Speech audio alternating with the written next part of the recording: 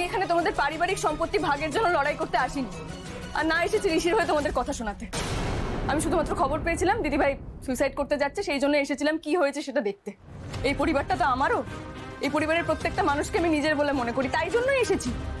এই একদম ন্যাকামি করবে না, একদম ন্যাকামি করবে। বেরো ওখান থেকে, বেরো। ও কি খারাপ বল? ও আমার ঘরে এসেছে কেন? ওকে কে আসতে বলছে? বেরো।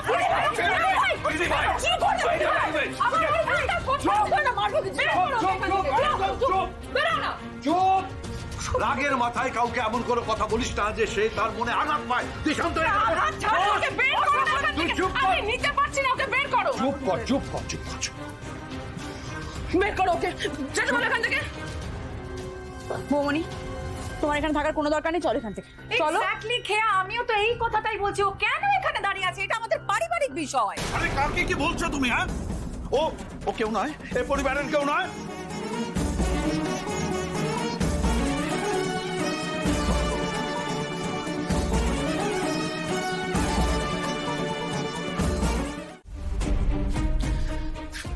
শোনো, তোমরা যদি এরপরেও আমার কথা না শোনো তাহলে আমাকে আমার ভাগটা দিয়ে দাও।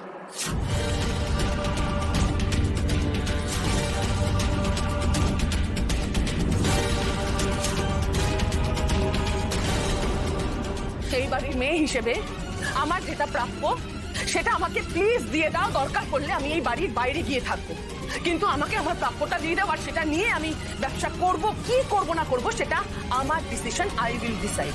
নো, একদম বাড়াবাড়ি করিস না ঐশী। এই সম্পত্তির ভাগাভাগির বিষয়ে তোর সঙ্গে আগেও কথা হয়েছে, আমি তোকে বারণ করেছি, ভুলে যাস না। তোর দাদু, আমি, তোর কাকা এখনো বেঁচে আছি।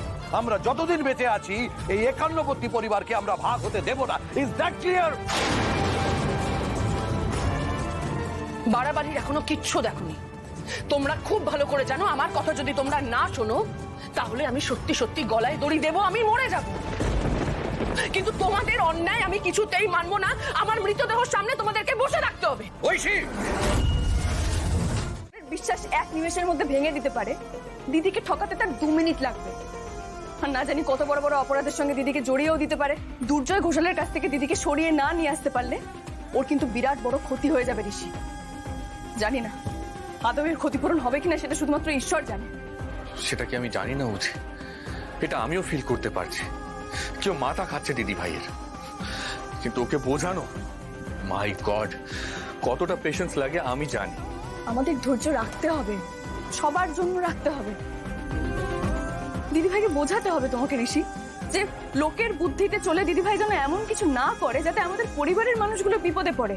হ্যাঁ, আমি মানলাম দিদিভাইয়ের ব্যবসায় লস হয়েছে, কিন্তু সেটা তো আবার ঠিক হয়ে যেতে পারে, তাই না?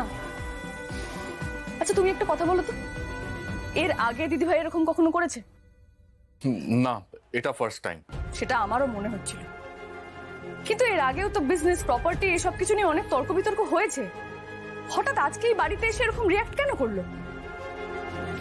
আমি বলছি ঋষি, আমি তোমাকে বলছি, কেউ একটা সাপোর্ট করছে দিদিভাইকে, উস্কাচ্ছে।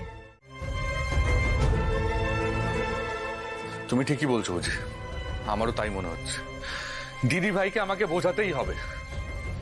কিন্তু কিন্তু আমি কাল থেকে 3 দিন থাকছি না। ওকে যা বলার আমি এসে বলবো। কোথায় যাচ্ছ? আরে বাবা, কাজে যাচ্ছি, ঘুরতে না। একটু শিলিগুড়ি যেতে হবে। আমাদের ওখানে একটা প্রজেক্ট হচ্ছে, বুঝলে, স্যাংশন হয়ে গেছে। আমাকে ওখানে গিয়ে টিম সেট করে কাজগুলো বুঝিয়ে দিয়ে আসতে হবে। কারণ আমরা এই বছর থেকে প্রজেক্টটা শুরু করতে চলেছি। 3 বছরে প্রজেক্টটা শেষ হয়ে যাবে। পাহাড়ের গায়ে 173টা ছোট ছোট ভিলা। এই প্রজেক্টের জন্য আমরা অনেক টাকা ইনভেস্ট করতে চলেছি। It's a big project. এই প্রজেক্টের জন্য আমি অনেক দিন ধরে ওয়েট করেছিলাম, জানো। সেখানে লোকজন ছুটি কাটাতে আসবে, আর কেউ চাইলে ওখানে একটা ভিলাও কিনে নিতে পারে। রিটায়ারমেন্টের পর তো অনেকেই চায় নিরিবিলি জায়গায় থাকতে। তাদের জন্য ওটা একদম আইডিয়াল প্লেস হবে।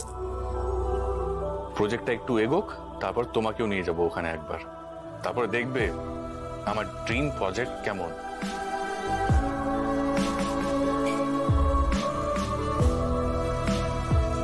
তিন দিন তোমাকে ছেড়ে থাকতে হবে। তুমি সাবধানে থাকবে, কেমন? হুম।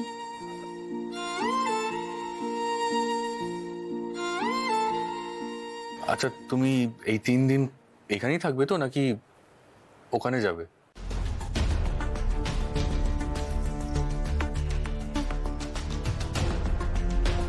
বলে জিৎ বাসুর সঙ্গে কে এসেছে?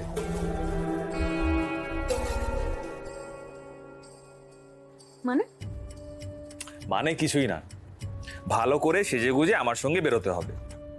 বেরোতে হবে? কোথায় বেরোতে হবে? কোথায় বেরোবো? কেনাকাটা করতে। তাই ভাবলাম তোমাকে সঙ্গে নিয়ে যাই, যদি তোমার কিছু কেনাকাটা ইচ্ছে হয় তো তুমি কিনে নেবে, আর বিয়ের কেনাকাটাও তো বাকি আছে, সেগুলো নয় উজি করে নেবে, অসুবিধা নেই। আসলে কি বলো তো, ফ্রি ছিলাম তো, তাই ভাবলাম যে দুপুরটা যদি দুজনে মিলে ভালো করে স্পেন্ড করতে পারি, একসঙ্গে লাঞ্চ করব, শপিং করব, ভালো টাইম স্পেন্ড করব, আর যদি তোমার ইচ্ছে হয় তাহলে আমরা মুভিও দেখতে পারি। আজ রাতে ডিউটিতে নাই বা গেলাম কি? কি ব্যাপার বলুন তো, আজ হেভি রোমান্টিক মুডে রয়েছেন। ডিপার্টমেন্টে কোনো কেস ফেস নেই, হালকা যাচ্ছে নাকি? ওই জন্য ছুটি নিয়ে চলে আসছেন এখানে? কেস কেস ক্রিমিনাল যতদিন থাকবে কেস তো থাকবেই, কিন্তু তাই জন্য নিজের পার্সোনাল লাইফ, ব্যক্তিগত জীবন তো নষ্ট করে দিতে পারি নাকি? উচিত না। তুমি না আর কথা বাড়িও না, তাড়াতাড়ি রেডি হয়ে নাও, বেরোতে হবে তো, আমি ওয়েট করছি। যাও রেডি হয়ে নাও। আপনাকে আমিও বুঝি জিৎ বাসু, আমাকে নিয়ে বেরোনোর প্ল্যান করছেন, এর পেছনে অন্য উদ্দেশ্য আপনার থাকতেই পারে, তাও বেরোনোই যায়, এর মধ্যে ভানু নিজের কাজটা সালটে নিতে পারবে। আর আমিও তো আপনাকে চোখে চোখে রাখবো বলেই বিয়েতে রাজি হয়েছিলাম।